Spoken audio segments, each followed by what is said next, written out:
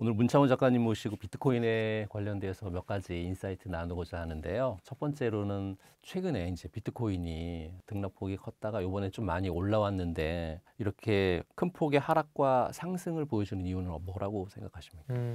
일단은 최근까지 암호화폐 시장에 있어서 호재거리는 굉장히 좀 많았습니다. 사실 미국에서 법과 제도가 만들어지는, 그리고 도널드 트럼프가 본인이 크립토 프레지던트를 자처하면서 뭔가 좀 우호적인 스탠스를 가지고 있었는데, 말씀 주신 것처럼 최근까지는 좀 가격이 계속 눌러 있다가 이제 얼마 안 됐죠. 이렇게 올라온 지가 지금 현재는 뭐 10만 달러를 넘어 있는데, 가장 큰 이유는 이제 거시경제가 조금씩 풀리는 그런 실마리가 보인다라고 좀 볼 수 있을 것 같아요. 지금 현재 원래 암호화폐 시장과 주식 시장이 따로 움직였다면 작년 1월 달에 비트코인 현물 ETF가 완전히 이제 출시가 되면서 이제 나스닥과 함께 움직이는 커플링 시대가 열렸거든요. 그만큼 이제 기관의 자금이 많이 들어왔다는 것인데, 이제 그러면서 지금 현재 미중 무역 갈등이 워낙 심하잖아요. 근데 이제 슬슬 미국과 중국의 어떤 그런 관세 전쟁을 협상하는 그런 기조로 변화하다 보니까 이제 주식 시장뿐만 아니라 암호화폐 시장도 조금씩 숨통이 트이는 그런 모습으로 변화하고 있다, 이렇게 좀 바라보고 있습니다. 비트코인에 대한 반감기가 지금이 한 네 번째 반감기지 않습니까? 네, 네, 그런데 이전 반감기하고 좀 다르게 이번에는 변동폭이 그렇게 좀 크지 않거든요. 그 이유는 뭐라고 판단하십니까? 일단은 이전과 좀 사이클적으로 달랐던 이유와, 이제 질문 주신 것처럼 변동폭이 아직까지는 크게는 못 상승하고 있잖아요. 일단 크게 못 상승한 이유부터 먼저 좀 말씀을 드리면, 아직까지는 거시경제에 대한 불확실성이 워낙 큽니다. 지금 뭐 미국 월가를 대표하는 뭐 모건 스탠리라든지 JP 모건에서도 미국에 대한 경기 침체 가능성을 워낙 상향 조절하고 있기 때문에 투자 심리가 위축될 수밖에 없죠. 그 부분 때문에 일단 큰 상승은 아직까지 못 나온 거는 맞고요. 그리고 평상시 지금 네 번째 반감기 사이클임에도 불구하고 역사적인 패턴과 좀 달랐다고 하는 것은, 지금까지는 반감기가 있은 다음에 1분기가 굉장히 강했거든요. 네 번째 반감기가 작년 4월달, 2024년의 4월달에 있었는데, 항상 역사적 패턴에 따라갔다라고 한다면 2025년 1분기가 굉장히 강력했어야 됩니다. 근데 지금까지는 그렇게 항상 뭔가 공식처럼 1분기가 좋았다면 올해 1분기는 사실 굉장히 안 좋았거든요. 그 부분 역시나 저는 이제 트럼프의 관세 정책으로서 굉장히 좀 거시적인 어떤 매크로 상황이 너무 불확실성이 커졌고, 뭐 그뿐만 아니라 코인 시장 자체에 뭐 바이비트 해킹 사건이라든지 뭐 트럼프 밈코인, 뭐 아르헨티나 대통령을 이름을 딴 리브라 밈코인, 그런 러그풀 사태가 좀 있었다 보니까 전체적으로 좀 시장이 많이 깔아앉았었다, 이렇게 좀 고찰할 수 있을 것 같습니다. 반감기 이후에 이 비트코인이 지금 1억을 넘어갔지 않습니까? 원화로 보게 되면 그러면 한간에서는 1억 넘어간 이후에 10억 또는 뭐 20억 넘어갈 거다, 이렇게 이제 전망들이 좀 나오고 있는데 작가님 의견은 좀 어떠세요? 저는 전적으로 동의합니다. 네, 앞으로 이제 미국에서 기관 그리고 국가 단위로 비트코인을 많이 채택할 것이라 보고 있고, 사실상 저는 이 암호화폐 시장 자체를 하나의 금융 엘리트들이 짜놓은 다음 이제 경제 패러다임의 판이라고 보거든요. 지금까지 뭐 1차, 2차, 3차 산업혁명이 있었고, 2000년대 초반때 인터넷 혁명, 그리고 3.5차라고 불리는 스마트폰 혁명으로서 지금 저희가 정보화 시대에 살아가고 있잖아요. 근데 이제 그 다음은 그 정보만 자유롭게 이동되는 시대가 아니라 가치, 이제 0과 1이라고 하는 데이터를 입혀서 돈을 자유롭게 이동하는 시대가 올 텐데, 거기서 이제 중점적으로 떠오르는 두 가지 기술이 지금 우리가 공부하고 있는 암호화폐, 블록체인 쪽과 이제 인공지능이라고 하는 AI 섹터가 굉장히 크게 커질 수 있는 그런 산업의 메타이지 않을까. 그래서 저는 암호화폐 판 자체가 워낙 커질 거라고 바라보고 있고, 그 부분에서 비트코인이나 이더리움, XRP와 같은 이런 메이저 코인들 앞으로 더 많은 채택을 받을 것이다, 굉장히 고무적으로 바라보고 있습니다. 비트코인이 최근 들어서 이제 10만 달러를 넘었는데요. 그러면서 한간에서 지금 10만 달러를 넘은 이 비트코인이 더 가지 않을까라고 얘기들을 좀 하고 있거든요. 그러면 작가님이 보시기에 비트코인의 상승 신호 어떤 걸 체크해야 좋을지 한 말씀 해주실 수 네, 있으실까요?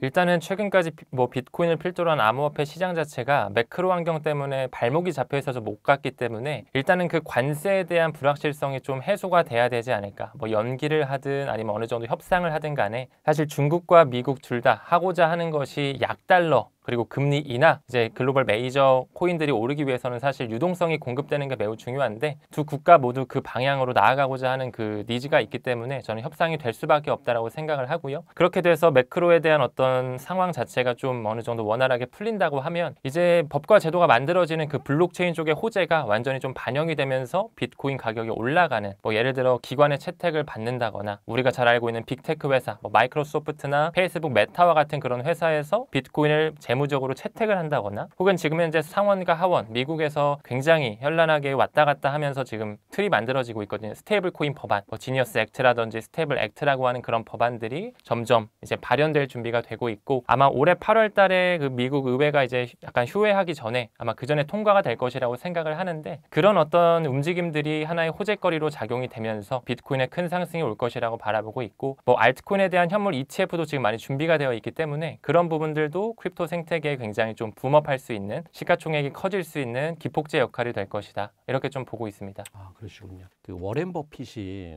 비트코인에 투자를 안 하고 있지 않습니까? 그런데 워렌 버핏이 하는 말은 적정한 가치를 계산할 수 없다. 이런 얘기를 좀 하거든요. 네. 그러면 비트코인의 적정한 가치를 확인할 수 있는 방법 무엇이 있을까요? 사실상 많은 아직 대중들 그리고 개인 투자자분들께서 암호화폐를 바라보는 시각 자체가 굉장히 네거티브합니다. 그리고 일단 뭐 실체가 없지 않느냐라는 식의 어떤 반론을 굉장히 많이 하시거든요. 비트코인 같은 경우는 방금 말씀드린 것처럼 실체가 뭐 보이지 않습니다. 누가 만들었는지도 아직까지도 밝혀지지도 않았고요. 근데 2100만 개로 완전히 분산형 네트워크로 만들어져서 지금 탈중앙성을 띠면서 많은 기관과 국가 단위로 조금씩 채택의 움직임이 나오고 있죠. 결국에는 뭐 주식이든 코인이든 부동산이든 수요와 공급 법칙에 따라서 가격은 결정된다라고 봐요.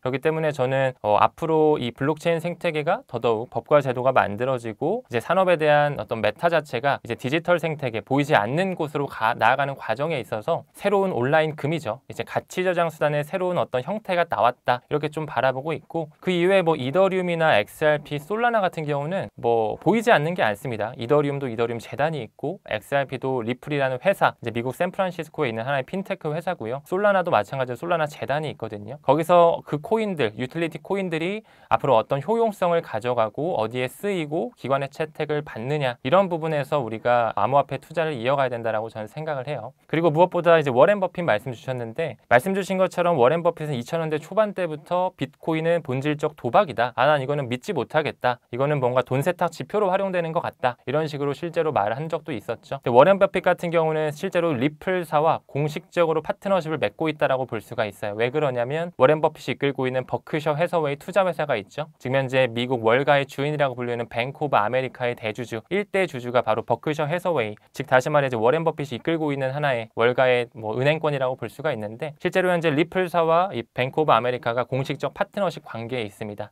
무엇보다 워렌 버핏이라는 사람 투자의 대가로 이제 잘 알려져 있잖아요. 암호화폐에 대한 어떤 본질적 가치 모를 수가 없는 사람이라고 저는 봐요. 그렇기 때문에 그분이 지금 브라질의 핀테크 은행, 가장 큰 남미의 핀테크 은행으로서 누뱅크라고 있거든요. 누뱅크에 5억 달러, 10억 달러 이렇게 두 차례씩 투자를 이어가면서 굉장히 지분을 늘려가고 있습니다. 근데 그 회사 자체가 굉장히 친크립토적인 성향을 가지고 있고 이따가도 말씀드리겠지만 누뱅크 같은 경우 현재 백시스페이라고 하는 페이먼트 기술을 탑재하고 있는데 그 백시스페이가 바로 리플 네트워크를 탑재한 결제 솔루션을 가지고 있거든요. 그렇기 때문에 저는 워렌 버핏이 뭔가 비트코인은 뭔가 이렇게 겉으로는 사지 않는 것처럼 뭔가 크립토 생태계에 대해서는 좀 네거티브한 성향을 가졌다고 보지만 뒤에서는 뭐 누뱅크라든지 뱅크 오브 아메리카의 어떤 파트너십 관계라든지 특히나 특허까지도 가지고 있거든요. 2021년 기준으로 리플의 분산 원장 기술의 어떤 그런 활용할 수 있는 특허도 가지고 있는데 그런 걸 미뤄본다면 절대 이 암호화폐 산업에 대한 어떤 비전을 모를 사람이 아니다라고 생각을 하고 있습니다. 새로운 기술이 나오게 되면 이제 비트코인이 사라지지 않을까 뭐 이렇게 염려하시는 분들도 굉장히 많습니다. 이제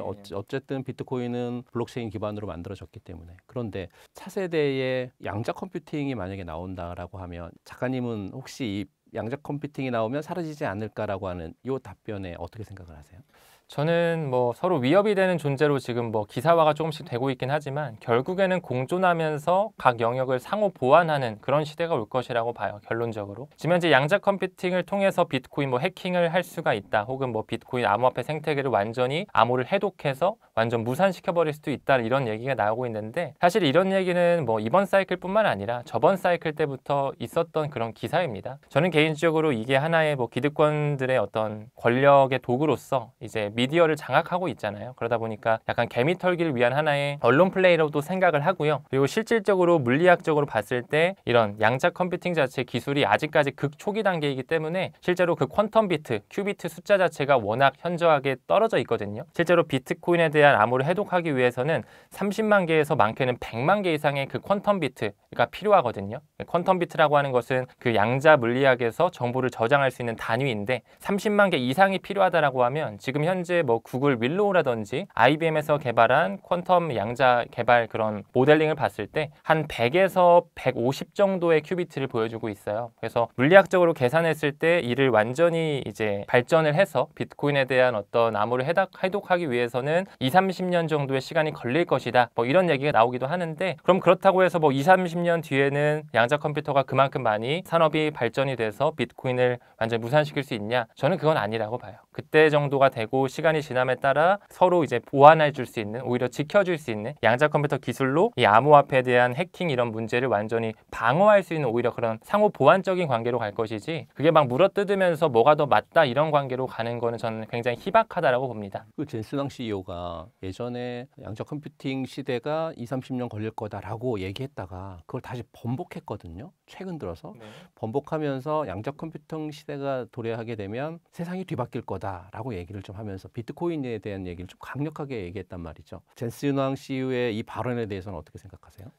앞으로 이제 블록체인도 그렇고 이 퀀텀이라고 하는 양자 컴퓨팅 기술도 저는 시간이 굉장히 점점 더 빠르게 발전할 것이라고 봐요. 요즘에 젠슨 왕 CEO가 최근에 이런 얘기도 했더라고요. 그 인텔의 창시자 고든 무어가 말했던 무어의 법칙이 이제 의미가 없어지는 시대로 가고 있다. 그만큼 더더욱 빠르게 시대가 빠르게 변화하고 있다는 거죠. 그만큼 블록체인이든 양자 컴퓨터든 둘 다 저는 뭐 10년, 20년이 아니라 5년, 10년만 해도 충분히 더 활성화되고 우리 실생활에 녹아지는 시대는 충분히 올 거라고 봅니다. 하지만 저는 블록체인 암호화폐를 바라볼 때 비트코인 그거 눈에 안 보이고 누가 만들었는지도 모르겠고 사토시 나카모토 누군지 모르겠기 때문에 양자 컴퓨터가 공격할 가능성이 크다 이렇게 본다기보다는 그 보이지 않는 세력, 금융 엘리트 세력이죠. 뭐 월드뱅크나 BIS, IMF와 같은 그런 국제 기구에서 그들이 이제 정말 금융을 혁신하기 위해 화폐를 개혁하기 위해 만든 게 블록체인이라고 저는 생각을 하기 때문에 이 비트코인은 앞으로도 더 실물 금을 대체하는 디지털 골드, 새로운 가치 저장 수단으로 더더욱 급부상할 것이라고 저는 오히려 반대로 보고 있어요. 그래서 뭐 양자 컴퓨팅이든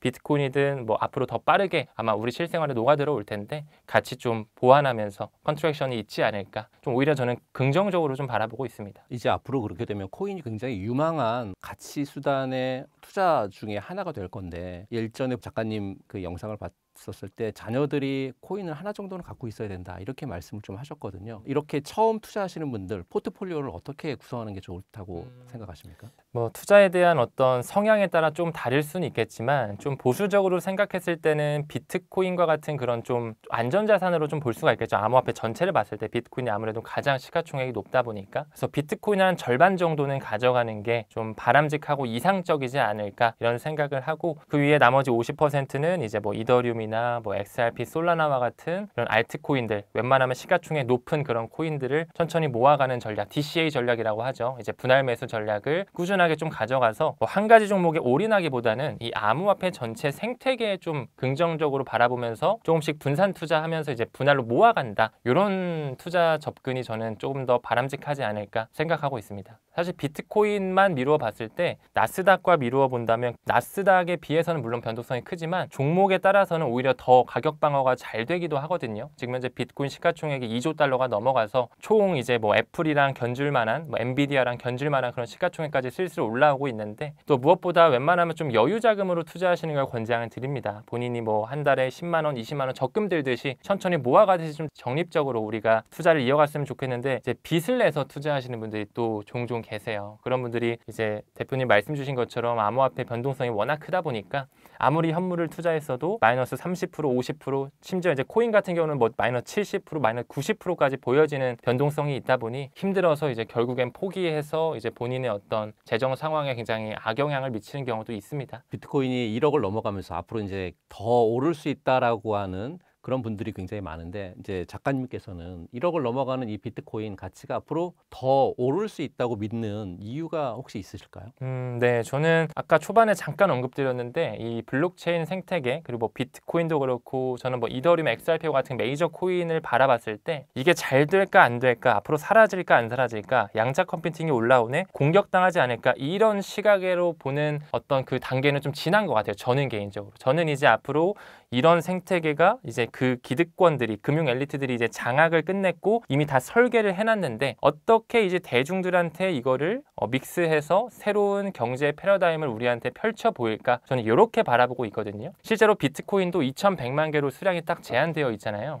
근데 사실상 지금 뭐 전체 물량의 10%, 20%는 이미 그들이라고 하는 그러니까 연준의 뿌리, 미국 행정부의 뿌리, 도널드 트럼프를 대통령으로 만들었던 뭐 리플사도 있고 암호화폐 회사들의 뿌리, 그들이 이미 다 설계하고 장악을 해 있거든요. 실제로 뭐 마이크로 스트래티지 많이 들어보셨잖아요. 최근에 이제 사명을 MSTR 스트래티지로 완전 바꿨는데 벌써 55만 개라는 비트코인을 소유하고 있습니다. 마이클 셰일러가 회장으로 있지만 실제로 대주주를 봤을 때 뱅가드, 블랙록, 스테이트 스트리트 그리고 뭐 뱅크 오브 아메리카, 여기도 뱅크 오브 아메리카가 들어가거든요. 그런 분들이 굉장히 그 스트래티지의 주식에 대한 어떤 지분을 굉장히 많이 가지고 있어요. 뭐 그뿐만 아니라 채굴 업체들, 채굴 업체라고 하면 뭐 마라톤 디지털 홀딩스나 라이엇 플랫폼이나 클린스파크, 그리고 최근에 도널드 트럼프랑 같이 합작해서 이제 아메리칸 비트코인을 설립한 헛8이라고 하는 그런 채굴 업체들, 굉장히 많은 비트코인을 채굴하고 있어요. 그만큼 이제 전력이 빵빵하고 자금력이 있다라는 건데 그들의 뒷배를 봤을 때도 다 그 금융 엘리트들의 자산 운용가들, 블랙록, 뱅가드, 스테이트 스트리트, 피델리티 이런 기관들이 다 장악하고 있거든요. 그뿐만 아니라 이제 슬슬 미국의 주정부에서도 최근에 뉴햄프셔주에서 이제 주지사의 서명까지 받으면서 비트코인을 채택하겠다, 조금씩 전략적으로 모아가겠다 이런 얘기도 했었고, 도널드 트럼프 역시나 마찬가지 크립토 서밋에서 비트코인뿐만 아니라 뭐 이더리움, XRP, 솔라나, 에이다 총 5가지의 코인을 전략적으로 모아갈 수 있겠다 이런 식으로 또 발표도 했었잖아요. 하지만 아직까지는 뭐 세금에 대한 이슈 때문에 납세자 부담 없이 좀 모아가는 방법을 모색하려고 하고 있는데, 그런 식으로 이제 그 백단에서는 이미 그 세력들이 뭐 정부 단위로든 기관 단위로든 채굴 회사 단위로든, 그리고 비트코인 현물 ETF 자체도 블랙록에서 지금 60만 개 이상을 이미 확보하고 있거든요. 그런 걸 미뤄본다면 이미 화폐에 대한 개혁을 하기 위해서 비트코인을 탄생시켰고, 그 새로운 금이라고 하는 온라인 금 비트코인 자체를 굉장히 많이 장악하고 있다. 앞으로도 더 많이 장악을 하겠죠. 그래서 저는 앞으로 비트코인 역시 뭐 1억, 뭐 지금 1억 4천만 원, 5천만 원 하는데 뭐 2억, 3억, 뭐 더 나아가서는 5억, 10억까지 충분히 가격적으로 파급력을 보이는 시기는 반드시 올 거라고 봅니다. 그렇게 가격이 많이 오른다라고 하시게 되면, 그러면 올해 말이나 내년 상반기까지 가격은 어느 정도 오른다라고 생각을 하시는지, 그리고 이게 반감기가 끝난 이후에 좀 전에 말씀하셨던 것처럼 그렇게 더 크게 오르는 그 구간은 어떻게 나올 수 있는 건지 설명해 주실 수 있으세요? 네네. 일단 비트코인 같은 경우는 말씀 주신 것처럼 반감기라고 하는 사이클이 있죠. 4년 주기에 한 번씩 있고, 네 번째 반감기는 작년 4월 20일 정도에 있었습니다.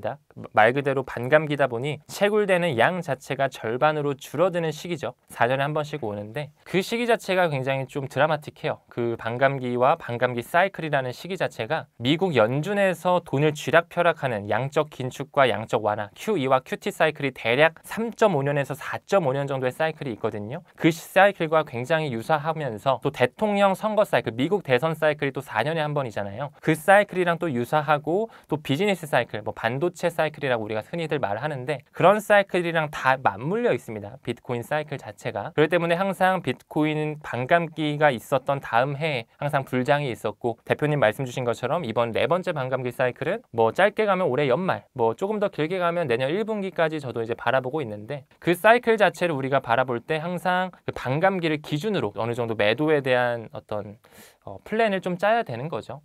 지금도 이제 뭐 10만 달러 이쟁만 넘었다면 뭐 본인의 어떤 기준이 있겠죠. 저 같은 경우는 아까 가격 얘기 말씀 주셨으니까 최소 이번 사이클에 한화로 했을 때 2억 원 정도는 저는 돌파할 거라고 봐요. 보수적으로 봤을 때. 많이 가면 저는 2억에서 2억 5천만 원 정도. 그리고 정말 뭐 이렇게 공격적으로 본다면 3억 원까지도 볼 수는 있겠지만, 그렇게 한번 크게 펌핑이 됐을 때 우리가 조금씩 시장을 분할 매도하면서 좀 빠져나오는 사이클 투자를 하고, 저는 사실 사이클 투자뿐만 아니라 한 물량의 20에서 30% 정도는 그냥 5년, 10년 가져간다라는 생각으로, 아까 포트폴리오 말씀드린 때 자손에게 물려준다라는 그런 생각으로 한 20, 30% 정도의 물량은 그냥 따로 빼두는 거죠. 안 보이는 곳에 봉인을 한다라고 하잖아요. 그런 전략을 저는 취하고 있습니다. 지금 비트코인이 굉장히 크게 변동성이 왔다 갔다 하잖아요. 아무래도 몇 개월 만에 70K에 있다가 이제 10만 K까지 다시 올라오는 그런 비트코인을 볼 때 굉장히 변동성이 크기 때문에 이 큰 변동성을 바라보는 투자자들 입장에서는 굉장히 불안하거든요. 맞습니다. 이렇게 불안감을 갖고 있는 분들에게 한 말씀 해주신다라고 하면?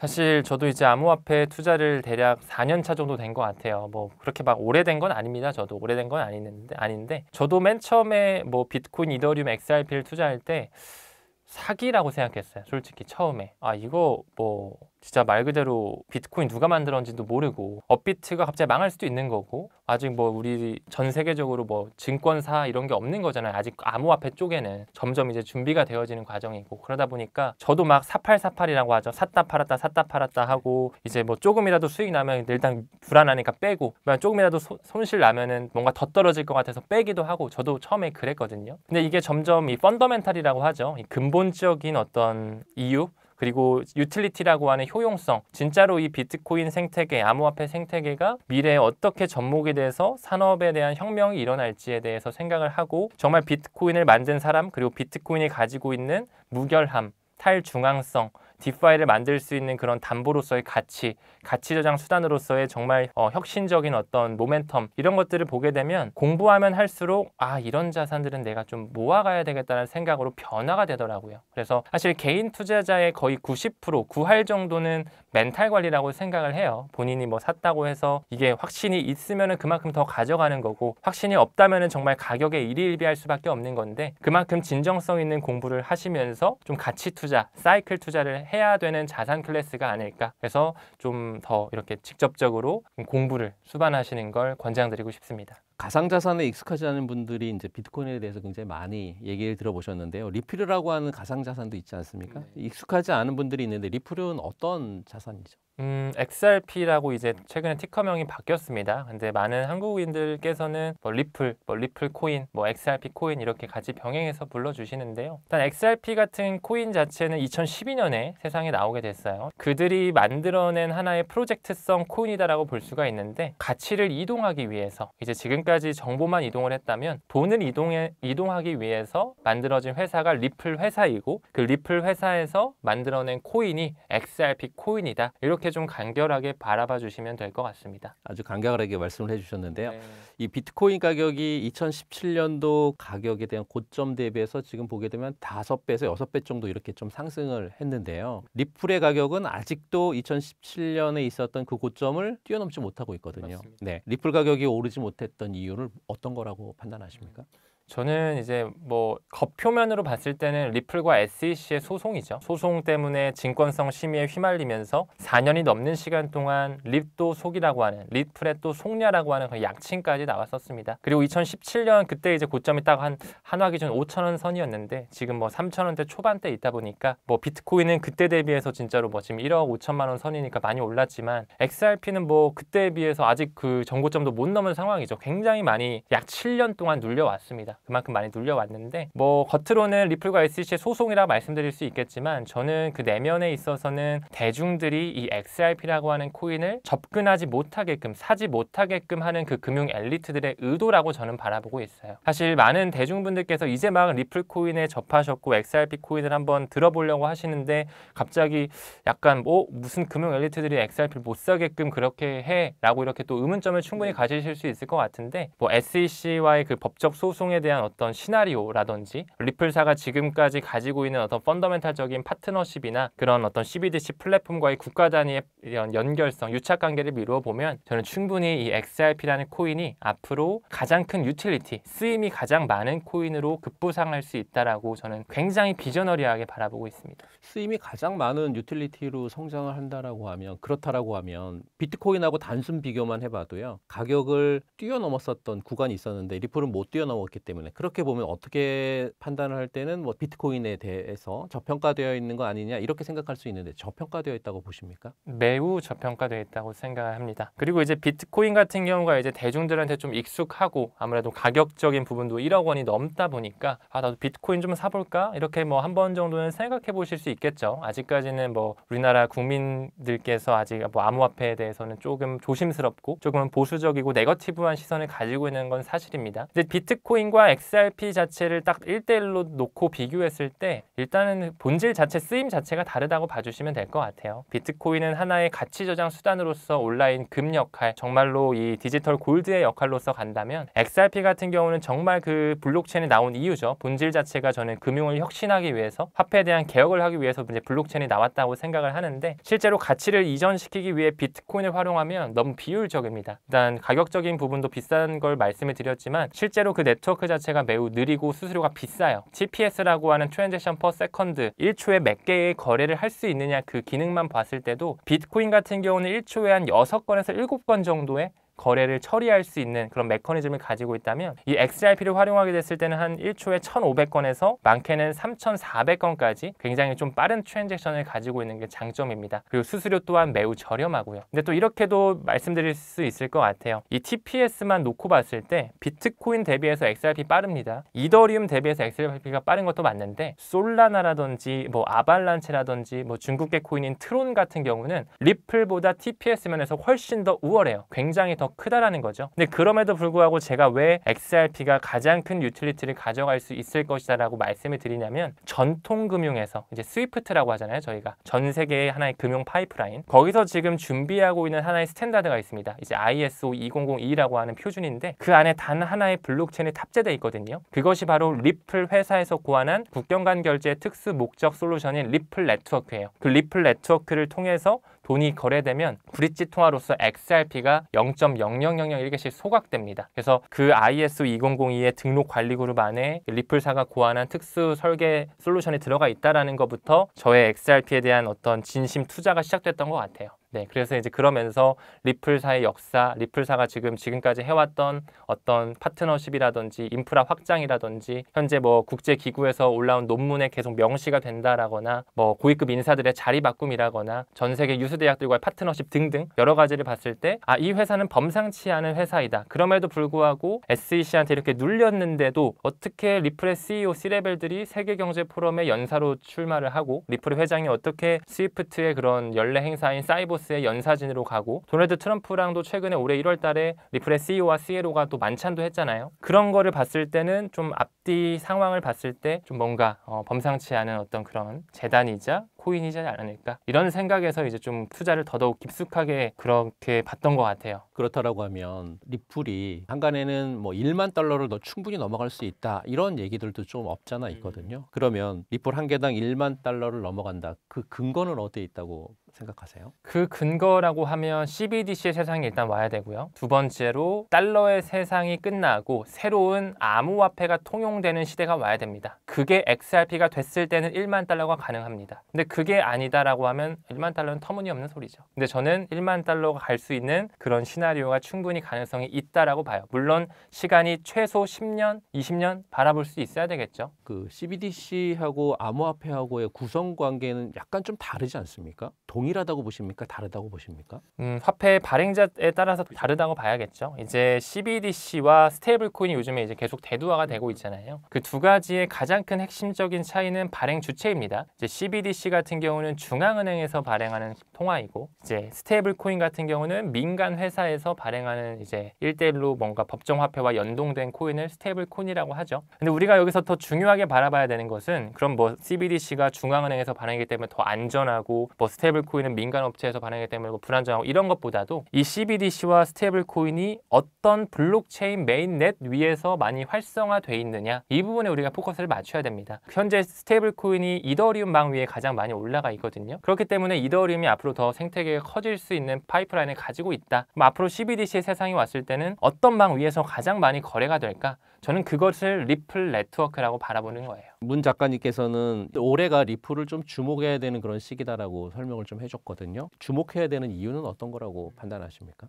리플 자체가 저는 단순한 암호화폐라고 생각하지 않아요. 리플 XRP라는 코인은 새로운 금융 시스템을 만들기 위한 하나의 브릿지 커런시라고 저는 생각을 하고, 조금 더 시계열을 길게 봤을 때 10년, 20년까지 바라봤을 때는 세계 준비 통화의 가능성, 그러니까 전 세계를 포용할 수 있는 암호화폐가 될 수 있는 가능성까지 저는 열고서 중장기적인 투자를 하고 있거든요. 근데 그 중에서도 왜 2025년을 굉장히 중요하게 바라보냐면 지금 현재 전 세계의 금융망이라고 불리우죠. 스위프트망에서 새롭게 뭔가 변화하기 위해서 혁신하기 위해서 하나의 표준을 준비하고 있습니다. 근데 그 표준을 완전히 준비해서 이제 탑재해서 공존하는 시기 자체가 올해 11월 22일이에요. 2025년 11월 22일. 그때 이제 완전히 금융망 자체가 새로운 표준이 들어오면서 변해가는 과정인 거죠. 원래는 ISO 15022, 15022였다면 이제는 ISO 2002라고 하는 2002이라고 하는 그 메시징 표준을 점점 금융기관에서 탑재하기 위해 준비하고 있어요. 그게 올해가 이제 데드라인이고 그 안에 등록 관리 그룹이라고 해서 레지스트레이션 매니지먼트 그룹이라고 해서 굉장히 영향력 있는 기구가 있거든요. 그 스위프트 ISO 2002 표준 안에 거기 안에 단 하나의 블록체인이 탑재되어 있는데 그게 리플사에서 고안한 국경간 결제 솔루션인 리플 네트워크입니다. 그래서 저는 2025년 11월 22일 그 스위프트의 공존의 시기 그 전후로 해서 XRP에 대한 큰 파급력이 나올 수밖에 없는 토대가 마련된다. 왜냐하면 이제 실제적으로 XRP를 활용해서 가치가 이동되는 정말로 수요가 물밀듯이 들어오는 전통 트레드파이에서 XRP를 받아들이는 그런 시기라고 저는 바라보고 있기 때문에 2025년이 XRP에 있어서 매우 중요한 리플 빅뱅의 해가 될 것이다. 저는 이렇게 좀 생각하고 있습니다. 결국 리플에 대한 폭발적 수요가 더욱 늘어날 걸로 보시는 건가요? 맞습니다. 그 해가 2025년 올해를 기점으로 더 폭발적으로 늘어난다는 거죠? 네, 무엇보다도 리플 XRP에서 수요가 세지기 위해서 그리고 전통금융에서 받아들이기 위해서는 규제 명확성이 필요합니다. 뭐 지금 4년이 넘게 리플과 SEC의 소송이 아직까지도 끝나진 않았어요. 이제 마지막 합의 도출 과정에 있고 저는 개인적으로 7월 중순 전에는 끝날 수밖에 없다라고 생각은 하는데 그렇게 된다라고 하면 이제 완전히 증권이 아닌 상품으로 간주가 되고 전통금융에서도 XRP를 받아들일 수 있는 법과 제도가 만들어지는 지금 현재 과도기 시점에 있기 때문에 충분히 전통금융권에서 받아들일 수 있을 거다. 수요가 폭발할 것이다 생각하고 있습니다. 네. 그 SEC 소송 이슈 해소 이후에 폭발적인 가격 상승이 나와주었는데 리플이 이 폭발적인 가격 상승을 계속 이어나갈 수 있을까요? 계속적으로 오르는 자산은 저는 없다라고 봐요. 그게 뭐 부동산이든 주식이든 코인이든 계속적으로 뭐 이렇게 뭐 물밀듯이 올라가기만 하는 자산은 없다라고 보고 그렇기 때문에 이제 사이클에 조금 더 초점을 맞춰서 투자하는 것 같고요. XRP 같은 경우는 사실 리플과 SEC의 소송이 끝난다라고 해서 그 끝난 어떤 뉴스가 딱 터졌을 때 갑자기 폭등한다? 저는 오히려 그 가능성을 희박하게 봐요. 왜냐하면 항상 그들이 언론 플레이를 할 때 암호화폐는 가격 조작이 되거든요. 실제로 러그풀이라고 하는 그런 뭐 사태도 다 그 세력들이 마켓 메이커를 통해서 이렇게 물량을 댔다가 갑자기 확 매도해버리는 공매도라고 하죠. 그렇게도 활용이 되고 또 마켓 메이커들의 어떤 다크풀 거래가 충분히 가능하기 때문에 그들이 사실 언론 플레이뿐만 아니라 가격도 어느 정도 흐름을 결정지을 수가 있어요. 그래서 리플과 SEC의 소송 끝나기만을 바라보면서 XRP 투자하는 것보다는 XRP의 조금 더 미래 효용 가치인 그 ISO 2002 탑재되는 시기죠. 왜냐하면 이제 전통금융이 완전히 블록체인을 받아들이는 시기니까 그 안에 리플렛이 있는 걸 확인을 했으니까 오히려 리플과 SEC의 소송이 끝나는 것보다는 뭐 블랙록의 현물 ETF가 신청이 되면서 기관 자금이 들어올 수 있는 정말 그런 호재거리를 보거나 아니면 스위프트망에 정말 공존이 돼서 리플넷이 리플 XRP가 브릿지 커런시로 쓰이는 그 시기를 오히려 조금 더 고대해야 되지 않을까. 리플과 SEC의 소송은 사실상 지금까지 그 리또속을 만들어낼 수 있는 개인들이 투자하지 못하기 위한 하나의 뭐 그들의 전략이라고 하나의 블라인드를 하기 위한 그들의 어떤 무기로 활용했다고 생각한다면 이제 그거 자체가 완전히 끝나는 해가 2025년이기 때문에 그런 어떤 굵직굵직한 호재에 좀 포커스를 맞춰야 되지 않을까 생각하고 있습니다. 리플의 가장 큰 굵직굵직한 호재 중에 아무래도 이제 새로운 패러다임의 변화가 11월 22일 말씀해 주셨던 그 날짜인데 그렇게 되면 주식도 그렇고 코인도 그렇고 어떤 기대감으로 인해서 올라가고 있는 작용들을 굉장히 많이 하죠. 올해 연말까지 리플의 가격은 어느 정도까지 오른다고 판단하고 계십니까? 사실 XRP의 가격 흐름은 저도 정말 예상하기가 너무 어려워서 뭐 비트코인이야 그나마 이제 몸뚱아리가 꽤 크고 이제 어느 정도의 패턴을 봤을 때 뭐 보수적으로 2억 원에서 뭐 3억 원 정도는 최소 갈 수 있지 않을까 말씀을 드렸다면 XRP는 사실 워낙 이제 아까 대표님 말씀 주신 것처럼 2017년대 그 고점까지도 지금 못 간 상황인 거잖아요. 비트코인은 지금 그때 이후로 몇 배를 성장해서 1억 5천만 원 선에 있는데 그렇기 때문에 뭐 가격에 대한 어떤 예측은 큰 의미는 없을 것 같아요. 근데 저는 뭐 최소한 봤을 때는 우리나라 돈으로 1만 원 이상은 좀 갈 수 있지 않을까 이렇게 좀 바라보고 있습니다. 특히나 이제 비트코인이나 이더리움처럼 굉장히 등락폭이 큰 이러한 자산들 여기에 특히나 리플을 투자하려고 고민하신 분들이 굉장히 많으세요. 이분들에게 어떤 전략으로 리플을 투자하면 좋을지 한 말씀 부탁드립니다. 네, 일단은 XRP를 투자하면서 가장 조심해야 될 것은 미디어인 것 같아요. 미디어. 언론에 굉장히 취약한 코인 중 가장 탑 오브 탑이 XRP거든요. 특히나 퍼드성 기사가 많이 나오고 가격 조작 의혹 그런 얘기도 많이 나오고 물량이 너무 많다 이런 얘기도 많이 나오고요. 뭐 또 리플사가 너무 많은 물량을 보유하고 있다 이런 얘기도 많이 나오고요. 그렇다 보니까 XRP 투자자 입장에서 뭔가 그런 악재 기사가 뜨면 좀 불안하고 아 이거 뭔가 사기 아닌가 뭐 이런 생각도 들고 하물며 최근에 XRP로 티커가 변경됐을 때 리플 회사와 이 XRP 코인이 관계가 없다. 뭔가 리플 회사가 언제든 이 XRP 코인을 버릴 수가 있다. 뭐 이런 식의 얘기도 나올 정도로 사실 아직까지 뭐 우리가 암호화폐에 대해서 대중들이 잘 인지하지 못하고 어떻게 공부해야 될지조차도 모르다 보니 이런 기사가 나오면 사실 불안하거든요. 물량을 다 뺏깁니다. 그렇기 때문에 항상 XRP 투자를 고민하신다면 정말로 진정성 있게 공부를 차근차근 해보시는 걸 권장드리고 싶어요. 리플사의 역사가 언제부터 시작이 됐고 리플 XRP의 코인이 정말로 소각되는지 현재 스위프트 망을 대체한다라고 하는데 스위프트 1.0의 현재 뭐 한계점이 무엇이고 뭐가 복잡하길래 왜 그들이 바꾸려고 하는지 XRP를 썼을 때 뭐가 그렇게 효용 가치가 올라가서 효율적으로 바뀌는지 뭐 이런 거라든지 뭐 국경 간 결제 회사들과의 그런 파트너십 관계라든지 이런 것들을 좀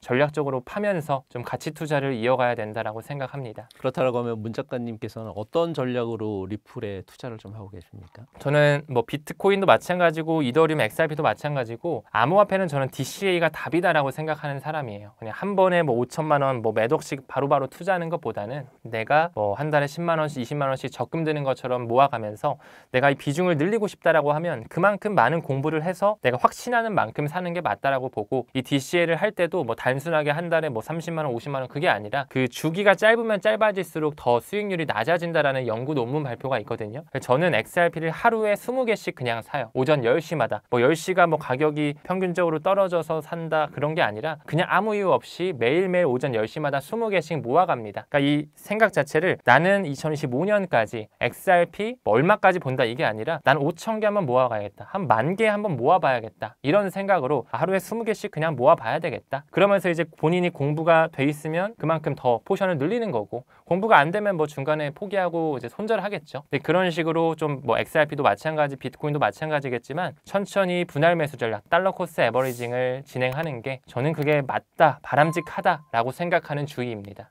네, 지금까지 문창원 작가님 모시고 여러 인사이트 나눴습니다. 지금 오늘 나와주셔서 대단히 감사합니다. 고맙습니다.